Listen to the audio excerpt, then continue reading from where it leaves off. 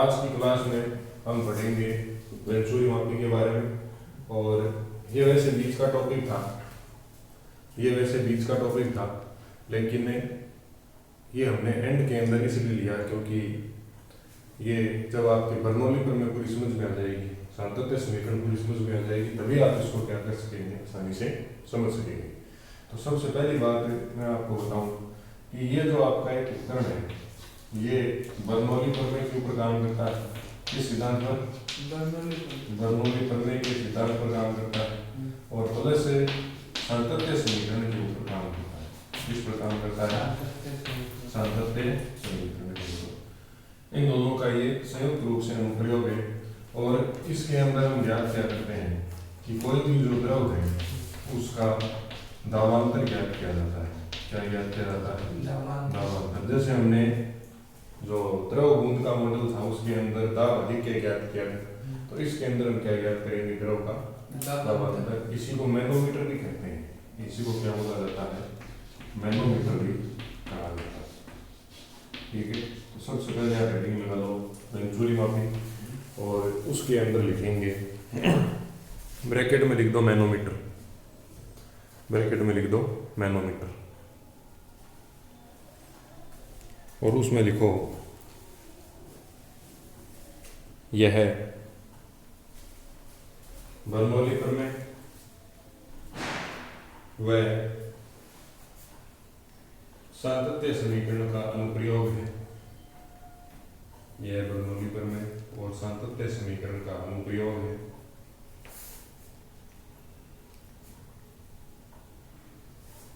इस यंत्र की सहायता से प्रवाहित द्रव का वेग ज्ञात किया जाता है। प्रवाहित द्रव का वेग ज्ञात किया जाता है।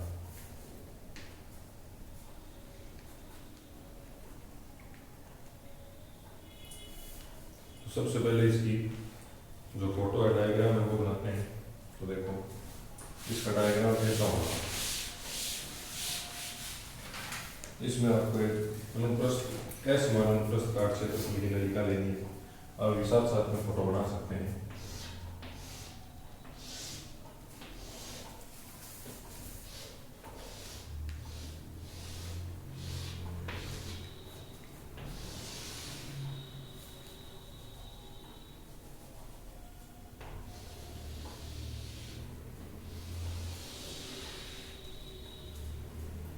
ये आपका x सिरा है, ये y सिरा है और ये z सिरा।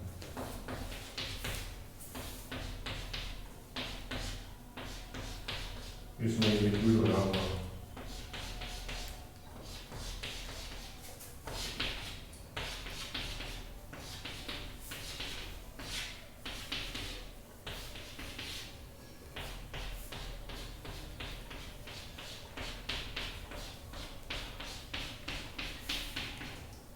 ये जो नीचे वाला है, इसकी जो हाइट है मान लेते हैं कितनी हाइट है इसकी, h हाइट है।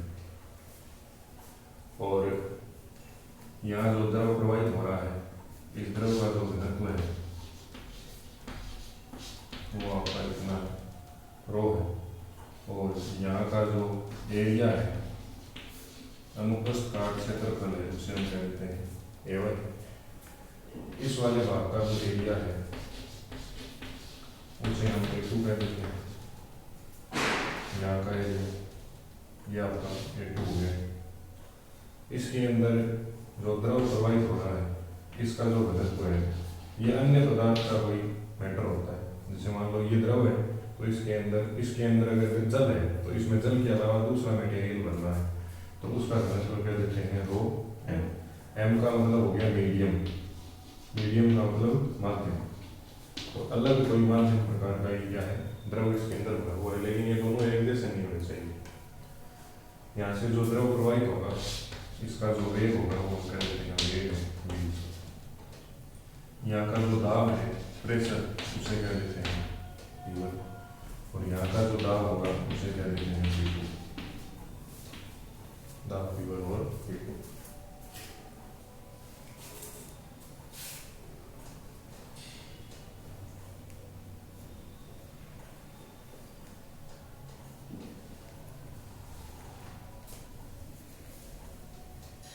क्षेत्रफल पे V1 कर दो और यहाँ पे कर दो V2। एक क्षेत्रफल इतना बड़ा है और दूसरा क्षेत्रफल संकड़ा है या छोटा है, तो वहां पर वेग V2 होगा और यहाँ वेग क्या होगा V1।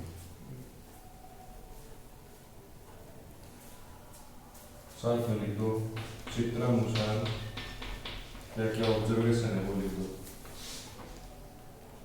कि area A1 greater than A2 से, तो V1 लेस देन होगा V2 से, या फिर V की बात वेग की। इतना काम आप करो।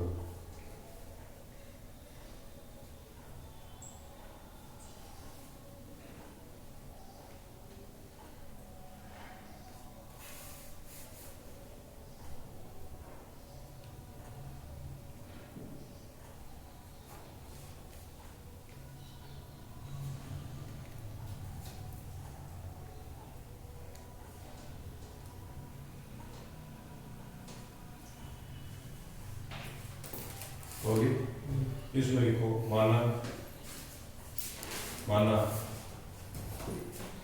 एक असमान क्षेत्रफल वाली नलिका XYZ है,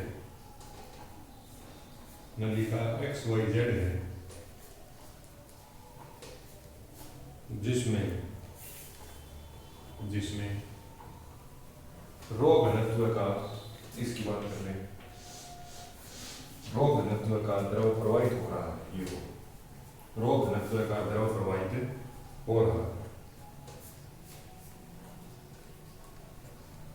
इस नली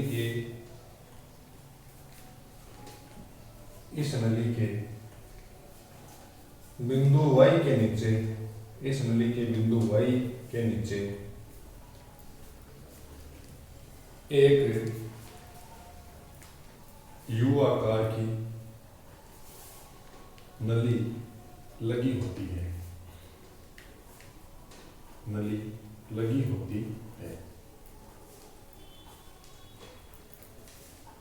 जिसमें भरे द्रव का घनत्व ρn है। इस नली के अंदर जो द्रव भरा है उसका घनत्व कितना है, ρn। इस नली में भरे द्रव का घनत्व कितना है, ρn।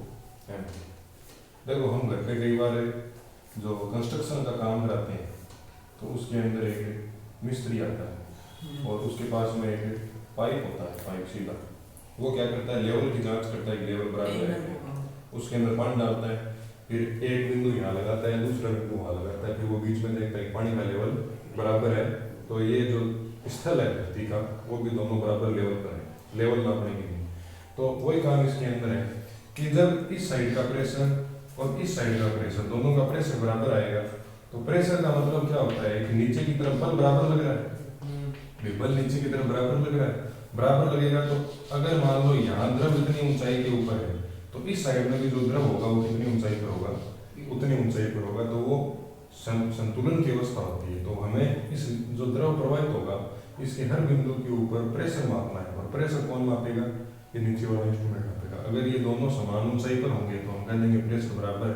अगर मान लो ये ऊपर हो गया और ये नीचे हो गए, जैसे मैं तुम्हें ये बना के बताऊंगा, ये नलिका है, इस नलिका के अंदर अगर यहाँ द्रव इस लेवल पर है और यहाँ द्रव किस लेवल पर है, इस लेवल पर है, तो हम कह देंगे कि यहाँ का जो प्रेशर है वो ज्यादा है किसकी तुलना में, यहाँ के प्रेशर से। कैसे कि यहाँ प्रेशर ज्यादा है तभी तो उसने इसको नीचे धक्का देके इधर नीचे धकेल दिया, और यहाँ प्रेशर कम है तभी तो ये यहाँ से धक्का महसूस करके ऊपर आ गया, कहाँ पर, इस दिशा में। अगर मान लो ये मैनोमीटर के अंदर तुम्हें इस प्रकार से दिखेगी, यहाँ का जल तो यहाँ और इस सिरे का जल यहाँ, तो हम कहेंगे यहाँ का जो प्रेशर है उसने ज्यादा फोर्स लगाया, तो जो दाब होगा इस सिरे का ज्यादा होगा, इस सिरे का कम होगा। समझ में आ गई कहानी। तो हमारा जो पहला मकसद होगा वो ये होगा कि हम प्रेशर का डिफरेंस ज्ञात करें, P1 माइनस P2 ज्ञात करें। इस आधार पे हम किसको ज्ञात करेंगे, द्रव के वेग को ज्ञात करेंगे, ठीक है। और इन दोनों का जो डिफरेंस होगा वो हम ज्ञात करेंगे किसकी सहायता से, बर्नौली प्रमेय की सहायता से, किसकी सहायता से, बर्नौली प्रमेय की सहायता से, ठीक है। तो इसमें आगे देखो, अगली लाइन में लिखना, नली के सिरे x का क्षेत्रफल, नली के सिरे x का क्षेत्रफल A1 है, ये नली के सिरे x का क्षेत्रफल a1 है, वह वेग v1 है। वेग कितना है? ये सारे इस बात की बात चल रही है, x बात की। वेग v1 है तथा दाब p1 है तथा दाब p1। प्रेशर कितना है यहाँ का? p1 है। एवं इसी प्रकार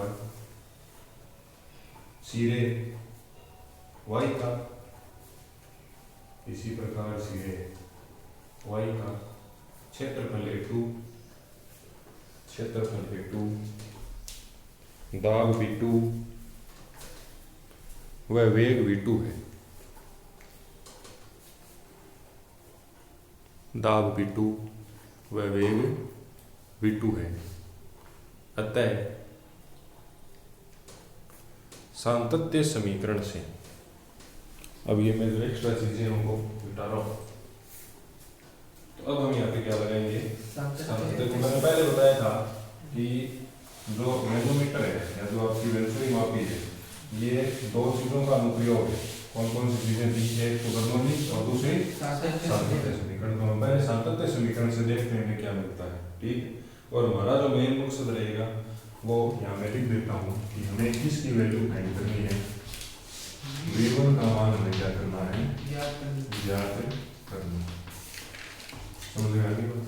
तो हम लिखेंगे सातत्य समीकरण से x y सिरों पर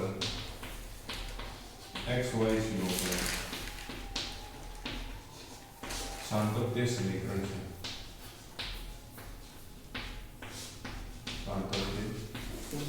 सातत्य समीकरण कहती है कि a1 v1 बराबर a2, इसे कह दो समीकरण नंबर। सरल सा काम, a1 v1 बराबर a2 v2।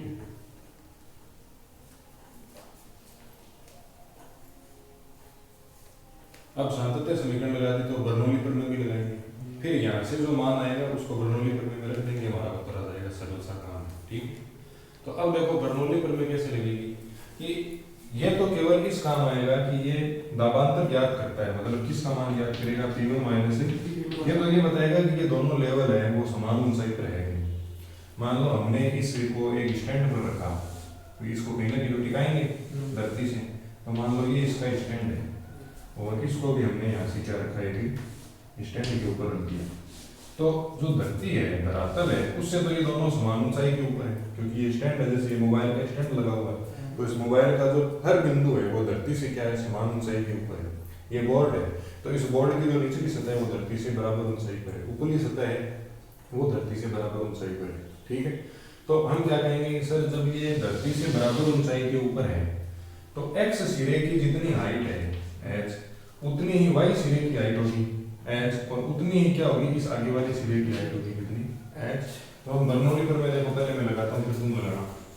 हमने पहले कौन सी समीकरण लगाई? सातत्य। अब हम कौन सी लगाएंगे?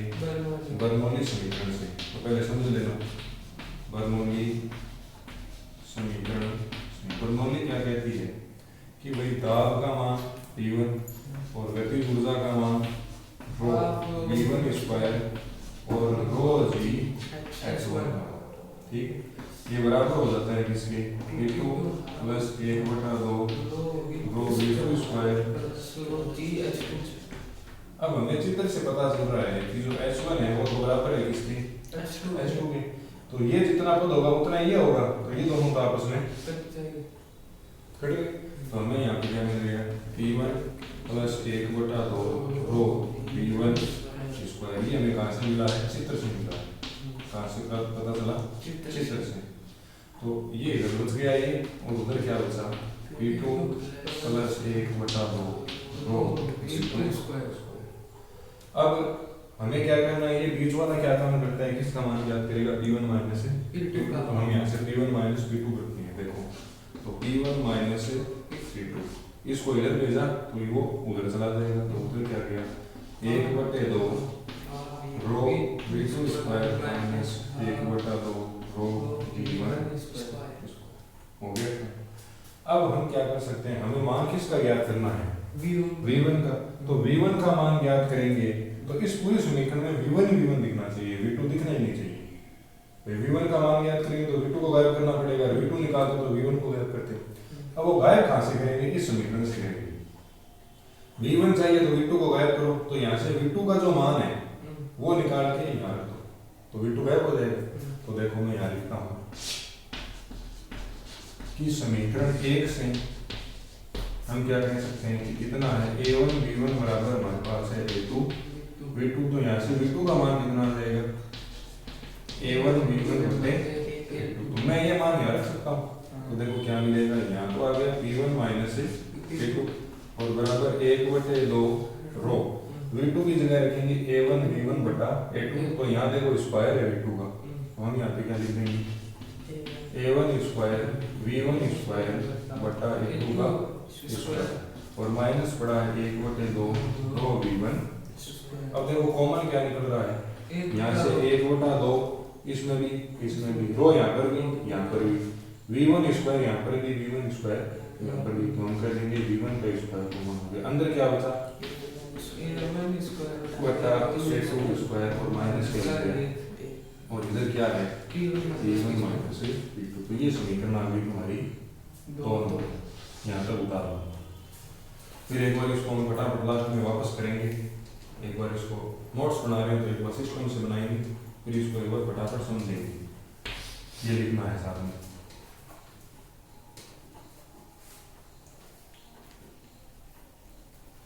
लिखो एक बार इसको वापस समझेंगे तो ये दोबारा आपको समझ में आ जाएगा।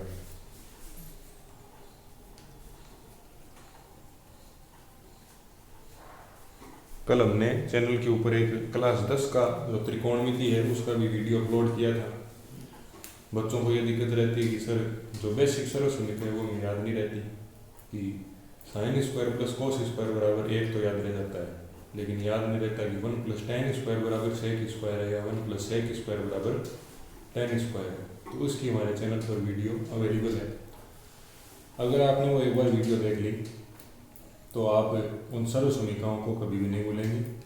और 10वीं का जो एग्ज़ाम है बोर्ड का, उसमें जो मैक्सिमम सवाल आता है 6 नंबर का, वो भी आपका गलत होने की जो पॉसिबिलिटी है वो बहुत कम हो जाएगी, क्योंकि उन सरल समीकरणों का यूज उसके अंदर ज़रूर होता है। उस वीडियो की जो लिंक है और भी जो पहले की जितनी वीडियो है उन सभी की जो लिंक है वो आपको डिस्क्रिप्शन के अंदर मिल जाएगी, तो आप जाके वहाँ से देख सकते हैं। तो वेंचुरी मापी आपको तभी समझ में आएगा जब आपको ये पता चलेगा कि ये सातत्य समीकरण कहाँ से आ रही है। ये समीकरण में डायरेक्ट लिखी, इसको मैंने प्रूफ करके बताया, तो आप वो देखो। आप ये भी देखो कि ये बर्नौली समीकरण कहाँ से आई, इसको हमने पूरा का पूरा प्रूफ किया है, जो आप पहले भी पक्की आनी है, 5 से 6 नंबर का क्वेश्चन आएगा पेपर में, तो आप उसको जरूर देखो पूरी वीडियो। उन सभी का लिंक जो है वो डिस्क्रिप्शन के अंदर डाला हुआ है। 4 नंबर की आएगी, हाँ 4-5 नंबर 4 नंबर की आएगी, मान लो 4 नंबर की वो पूरा सिद्ध करना पूछ लिया और 1 नंबर में ये अलग से समीकरण पूछ ली छोटे क्वेश्चन में, तो 5 नंबर की होगी, तो आपको ये पढ़ना बहुत जरूरी है। सर वहाँ पे सातत्य समीकरण में बराबर में एमडी क्यों नहीं लिखा? एम तो हमने वहाँ पे काट दिया, ये तो अब आगे काम आएगा, इसमें लिखेंगे तो वापस लिखेंगे तब काम आएगा।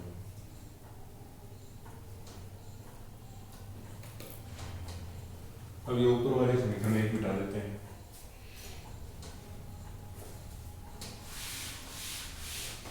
तो अब हम लिखेंगे कि हम जानते हैं,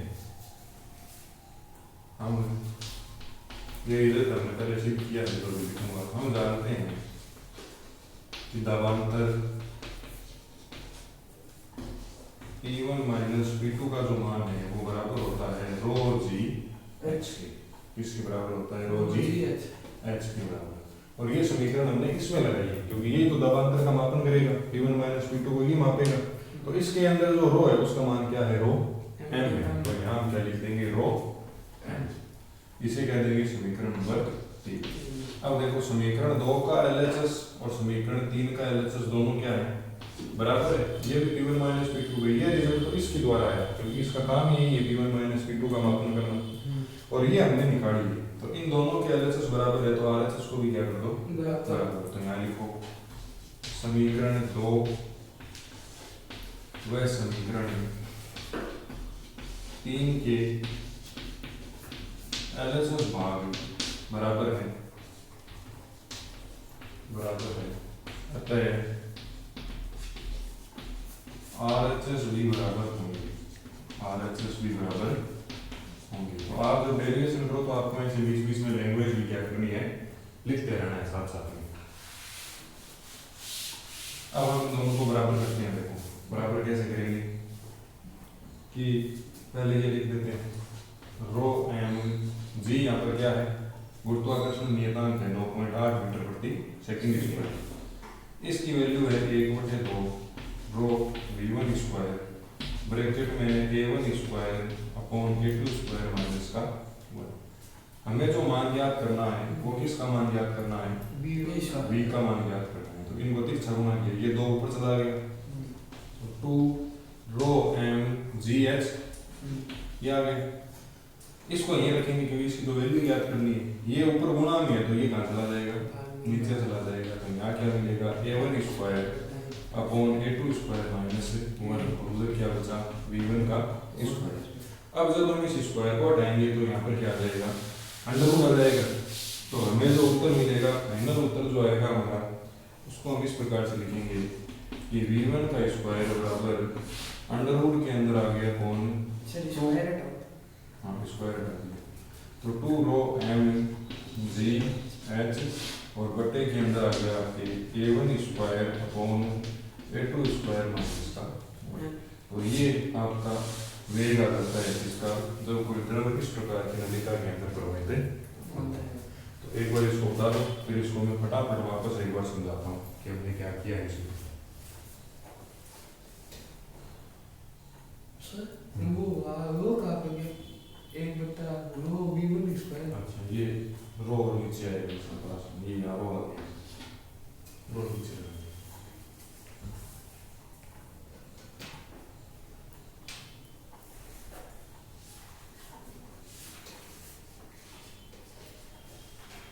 ये यहाँ से आपका जो चैप्टर है वो कंप्लीट हो जाता है। इसमें हम एक छोटा सा पॉइंट और पढ़ेंगे कि जो पृष्ठ तनाव है उस पर ताप का क्या प्रभाव पड़ता है, विलेयता का क्या प्रभाव पड़ता है और अपमार्जन का क्या प्रभाव पड़ता है। ये छोटे प्रश्नों में पूछता है तो अभी मैं आपको ये लिखा दूंगा और ये आपका पार्ट जो है वो कंप्लीट हो जाएगा।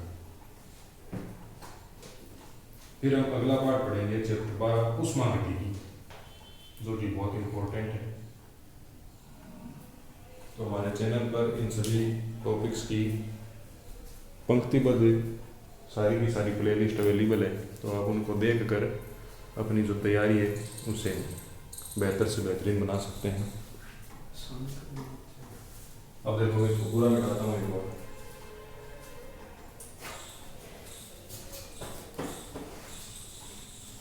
अब देखो इसमें याद क्या रखना है, ये मेरे को याद कैसे रहता है मैं आपको बताऊँ। देखो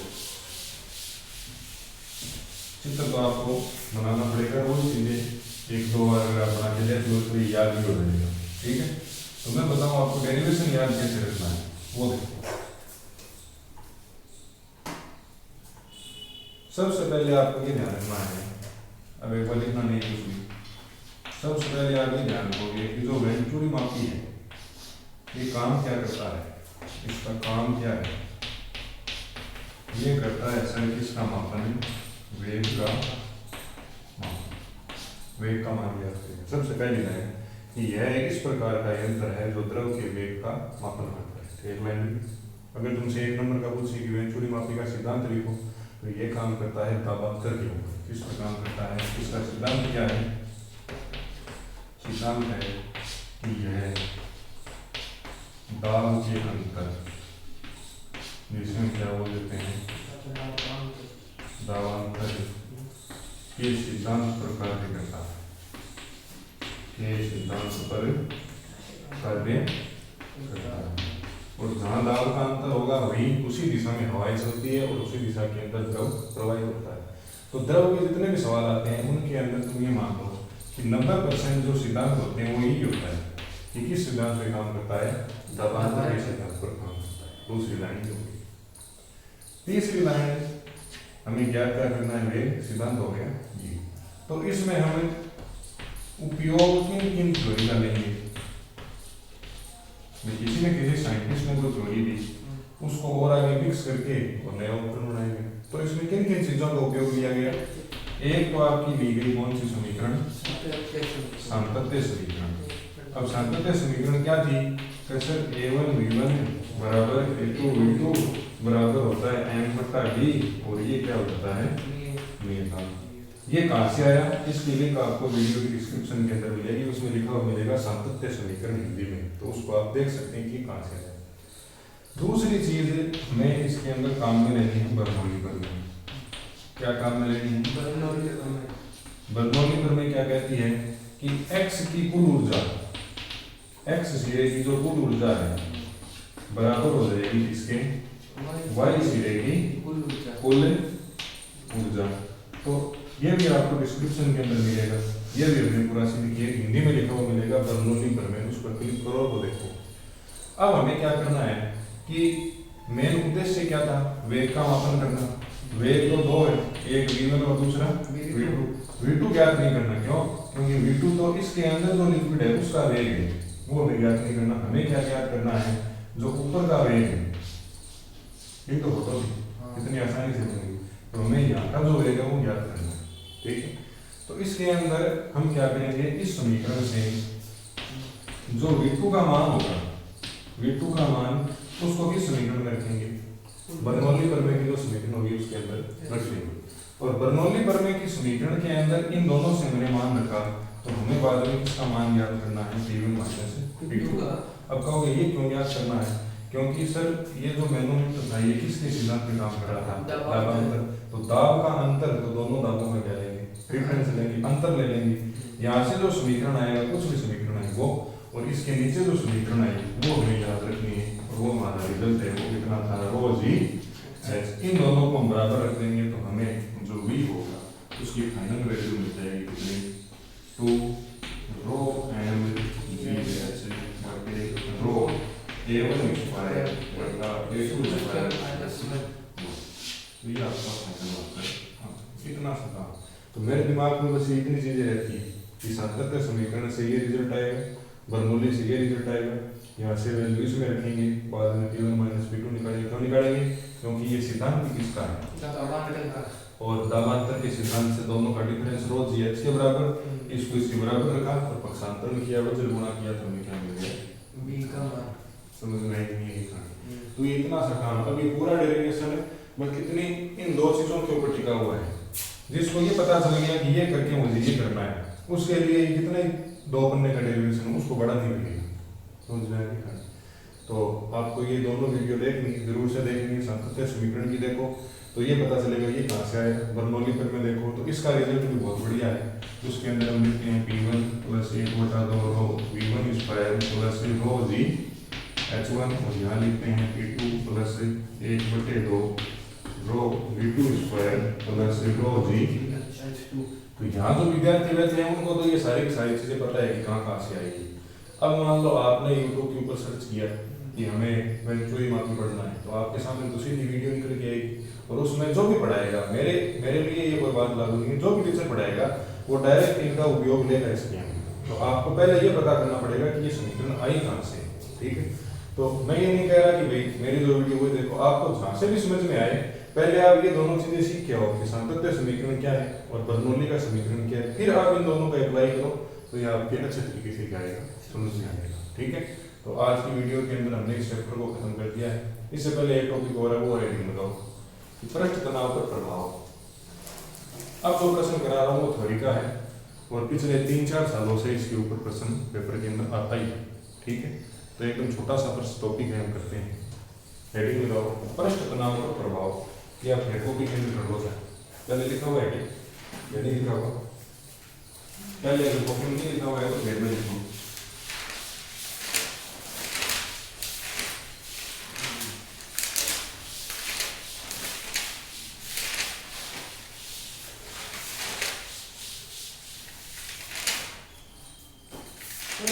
को प्रभावित करने वाले कारक है